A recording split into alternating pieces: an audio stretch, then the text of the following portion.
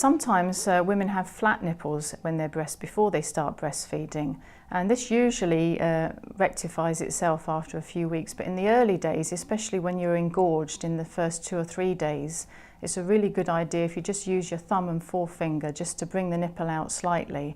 And this sometimes just expresses just a small amount of colostrum, and then the baby will smell this and they will open their mouth and try to get onto the breast, and that in itself will make the nipple come out a bit more, so it will make it easier for you to attach your baby. Another great idea is co-bathing. This is something that I often recommend.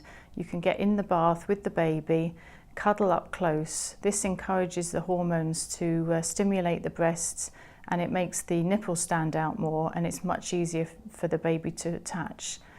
Another good way is to stroke your baby's lips and cheek, and this will make their head automatically turn towards the breast whichever way they're going. And once again, it's just another easy way to get your baby to attach. Another thing is sometimes a baby's really sleepy, especially in the first 2 or 3 days. They may have been suffering from jaundice.